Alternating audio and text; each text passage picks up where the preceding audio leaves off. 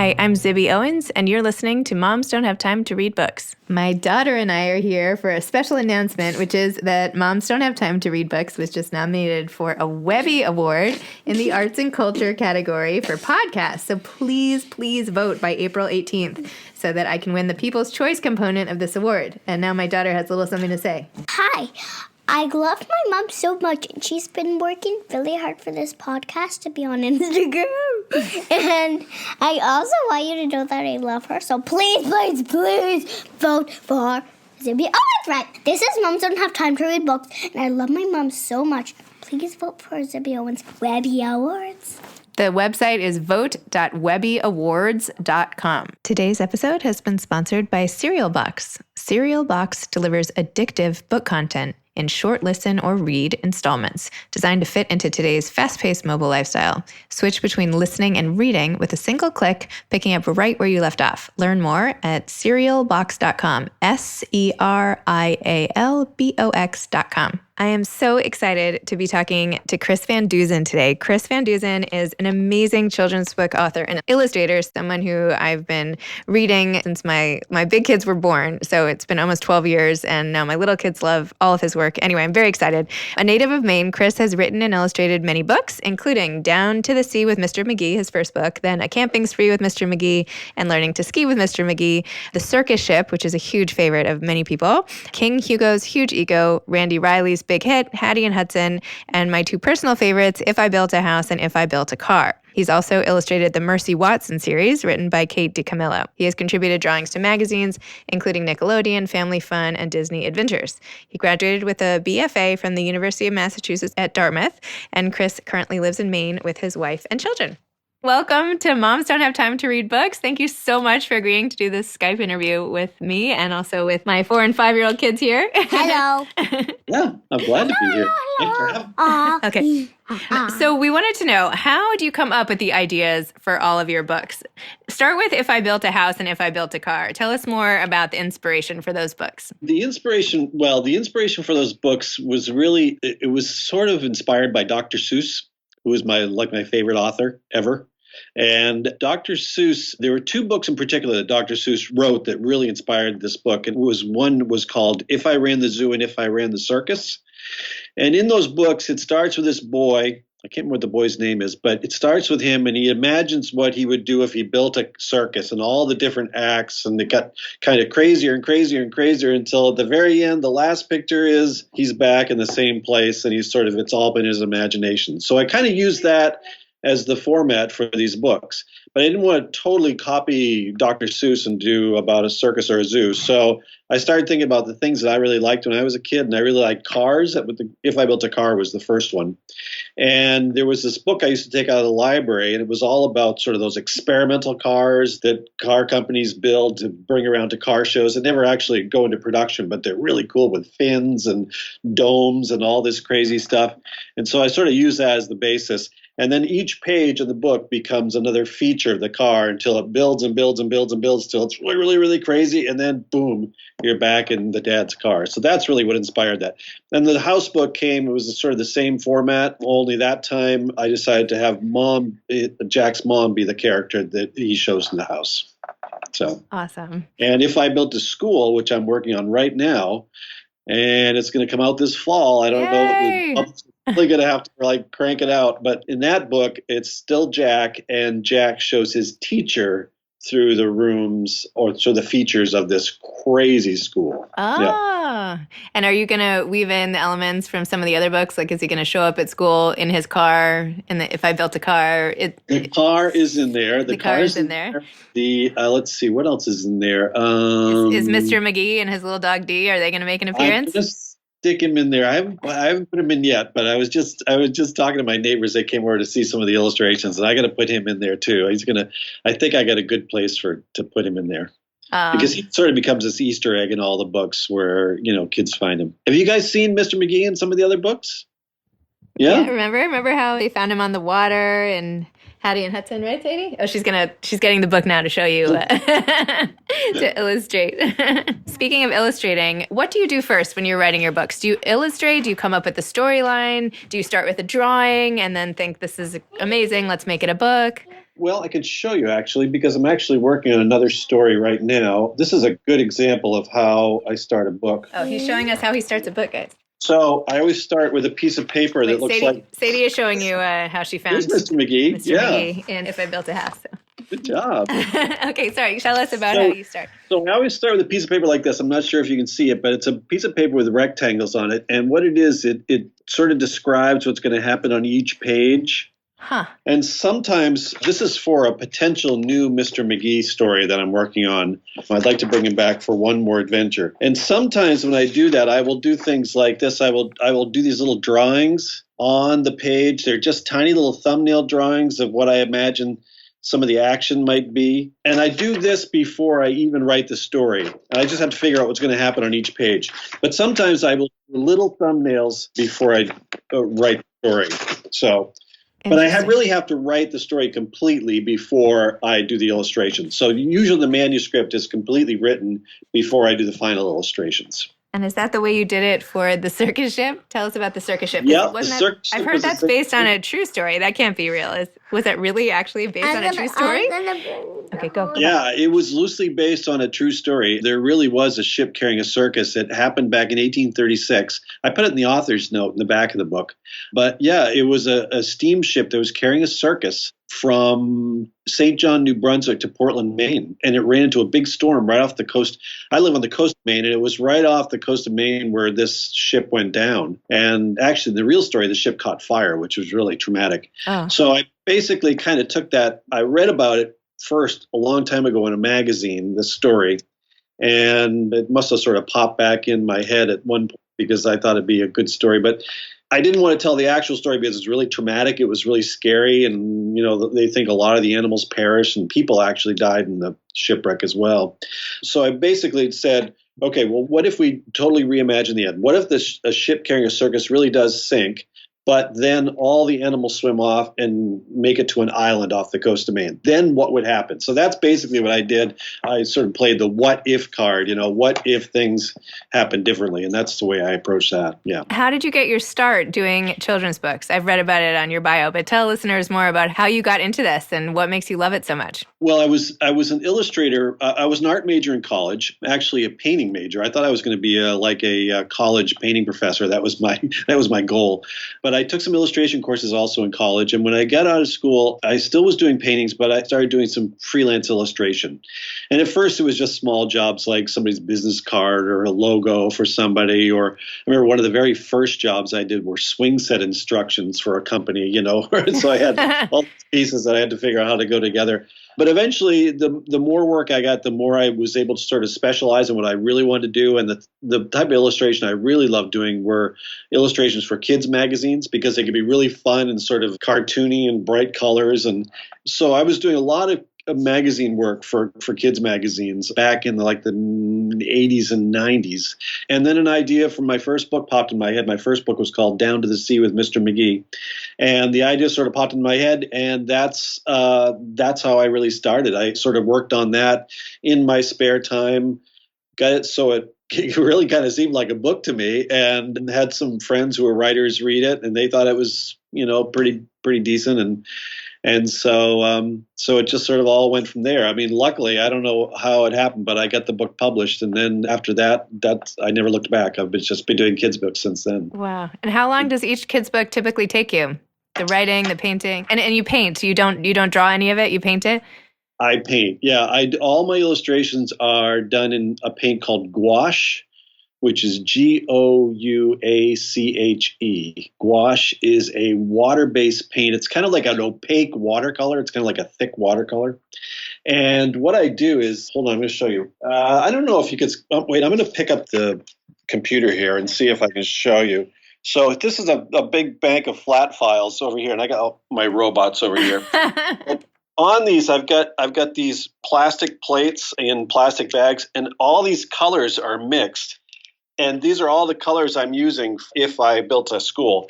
And I've got them all labeled. So like this is the teacher's skin color, and I've got it all labeled and numbered so I can just sort of go through. And all I have to do is just add a little water to that paint. It'll just come right back. Wow. So I do all my illustration gouache. But together, to answer your original question, a book in general takes about about a year to do. That's writing it and illustrating it. I did keep track of how long it took me to do the illustrations for If I Built a Car, and it was about 9 months.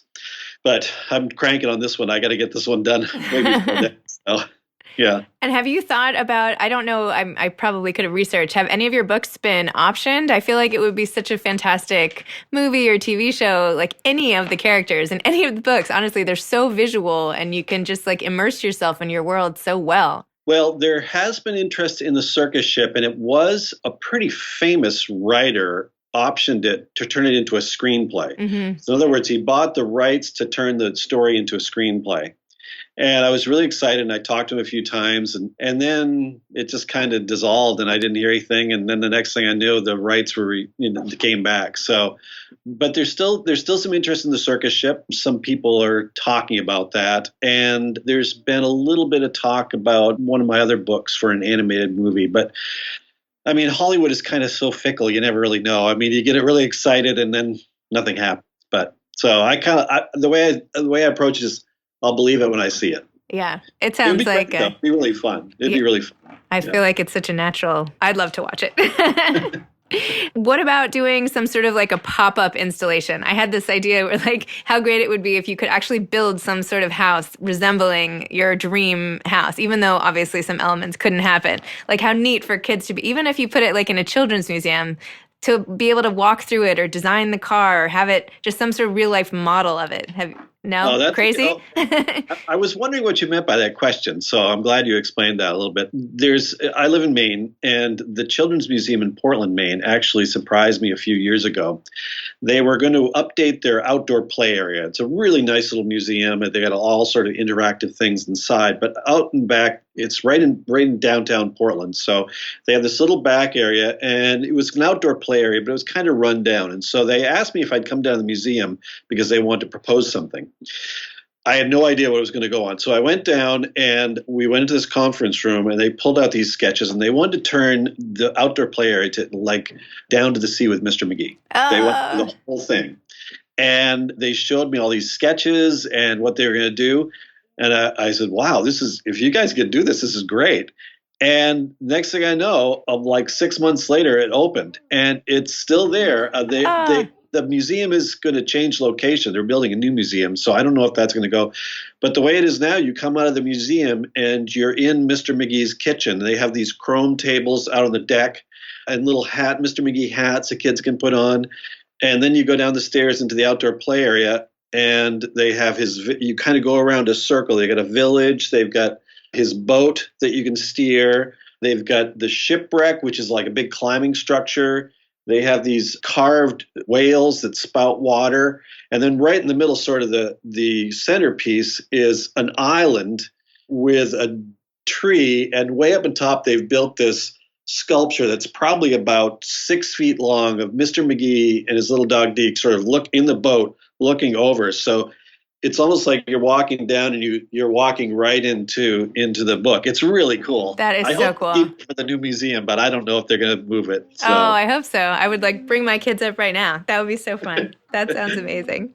So how is it that you get all these joyful colors? Like, was your intention, like, I want to make these as happy and joyful as I can, therefore I'm putting in all these bright colors? Or are you just naturally drawn to those types of colors? Is that what you were doing back in college? Or how did it come to be? Well, I was using those colors when I was doing the illustrations for the kids magazines, because they were sort of these cartoony illustrations, so they tend to be sort of bright and colorful anyway. But gouache naturally is, I mean, you can get some really beautiful bright colors with gouache, and they really pop out.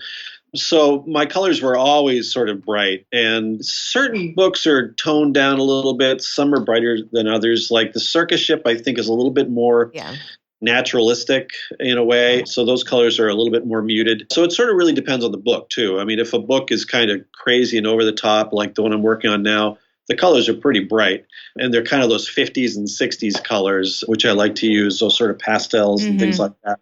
But for books like the Circus Ship, took place back in the 1800s, and it had to be a little bit muted. So those colors are a little bit quieter, a little bit more subtle. It sort of really depends on the story. I mean, you don't want to take a story that's fairly serious. Like, I think Hattie and Hudson is a fairly serious story. And I didn't want to the colors are still pretty bright, but I didn't want to just go total gaudy on that.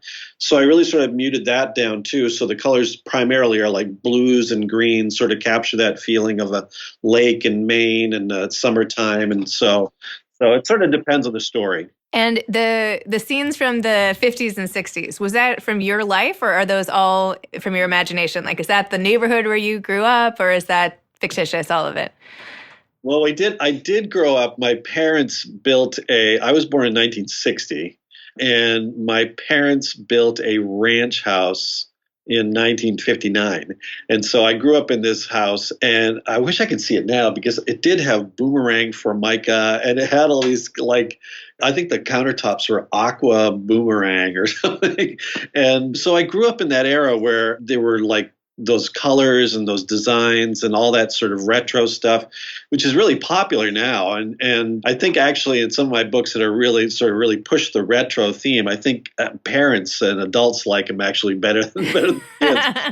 But it's just because that's the way that I grew up with, and that's the stuff I really love. And you saw the robots over in the flat files. I love the 50s and 60s inspired stuff. So we designed our little kitchenette here in that same style, the little boomerangs, the blue. That's exact. I'll send you a picture. It's exactly that. We want like a smeg round fridge and the whole deal. So maybe that's why I'm so drawn.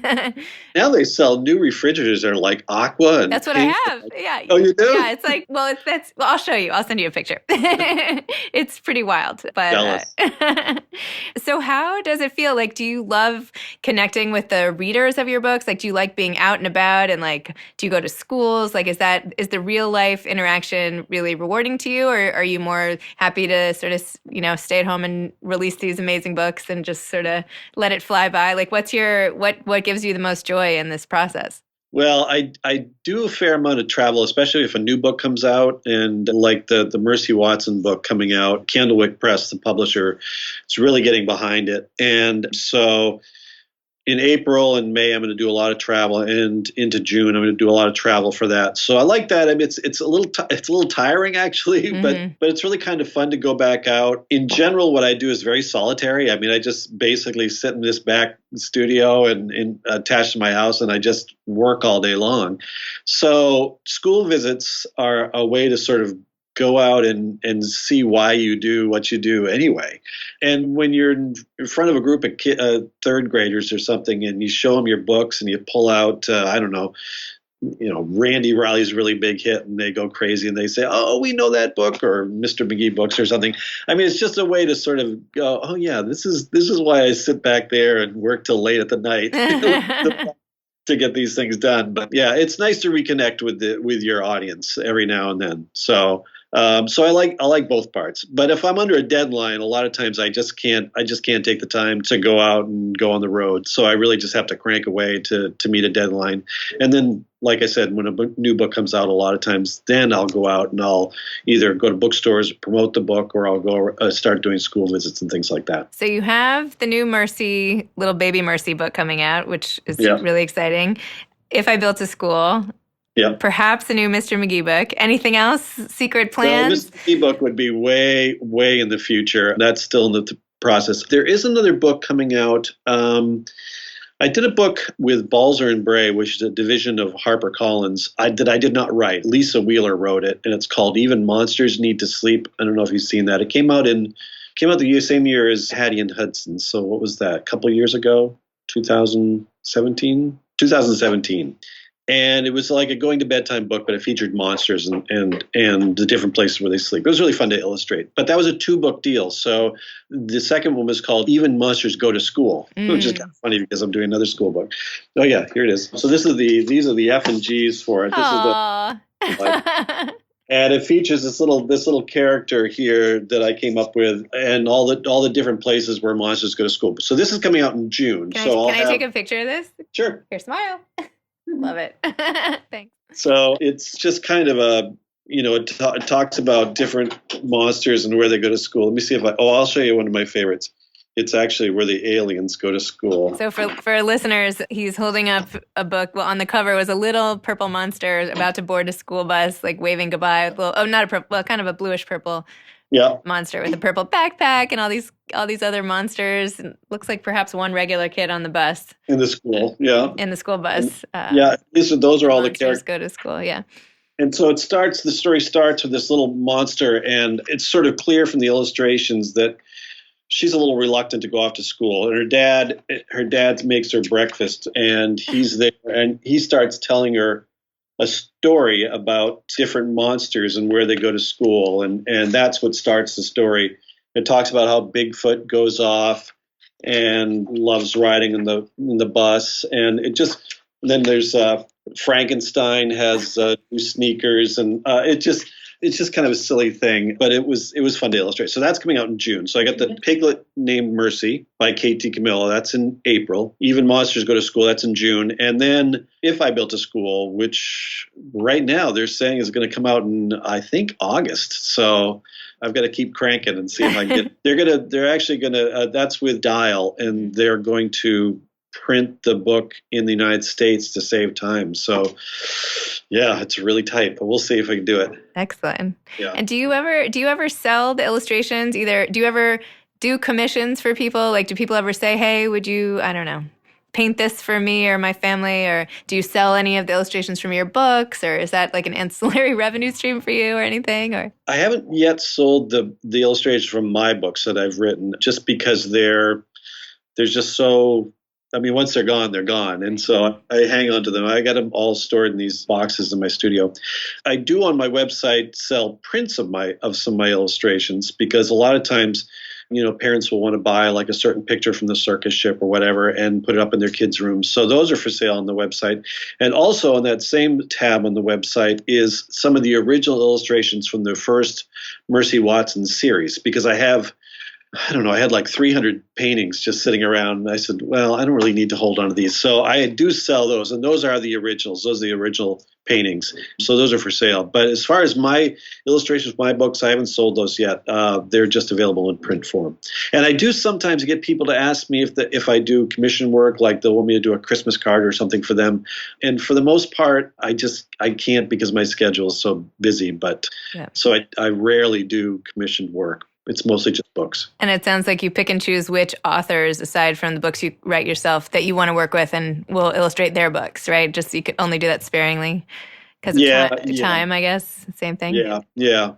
Well, I love, I got paired up with Katie Camillo in the first Mercy Watson series, and it was it was so wonderful to be connected with her. And so, and luckily it's very nice that she's kept that series going with different, the spin-off series and now this picture book. So coming up, I do have several more of the Tales from Deckwood Drive series, which is like the second series that she wrote. So I've got I think I have 3 of those to do. So, and then I got another, let's see. And I've got another book under contract with Candlewick, a book I wrote. But that's probably not until, I don't know. I'm thinking like several years out at this point, because it takes so long for me to do the work. So I feel bad now taking up this half an hour with you. You have so much to do. I'm like feeling stressed out for you. Like, go. Well, that's really it. I just wanted to get a sense of how where this genius of yours comes from, because honestly, my kids and I've been reading these books. My older kids are almost 12, and I think my older daughter would kill me if I didn't tell you how much she loved the Mercy Watson illustrations. That was like all she read for a year straight. And the little guys and my older son, everybody, we all just love your work. And it's been just so exciting to even get to talk to you about it and see all the little snippets from what's to come in the outline. So I just really want to thank you for your time and for really delighting so many kids. I can't tell you how many parents were beyond thrilled that I was interviewing you. And so anyway, you have a huge fan base here. So if your travels take you to New York City, let me know and we can do some event or something fun. Okay. Yeah, I wish I could have come down for it. I just couldn't fit into my schedule right now. But yeah, that would have been fun. Yeah, anytime. But no, thanks for taking the time and interviewing me. I really appreciate it. Of course. All right. Well, love to stay in touch and can't wait to see your books. All right. Thanks, All Izzy. right. Thanks, Chris. Take care. Bye. Bye-bye. Today's episode was sponsored by Cereal Box, CERIALBOX.com, cerealbox.com, delivering addictive book content in short listen or read installments. Thanks to Ryan and Steve at Texture Sound for the audio editing and mixing. Thanks for listening to Moms Don't Have Time to Read Books.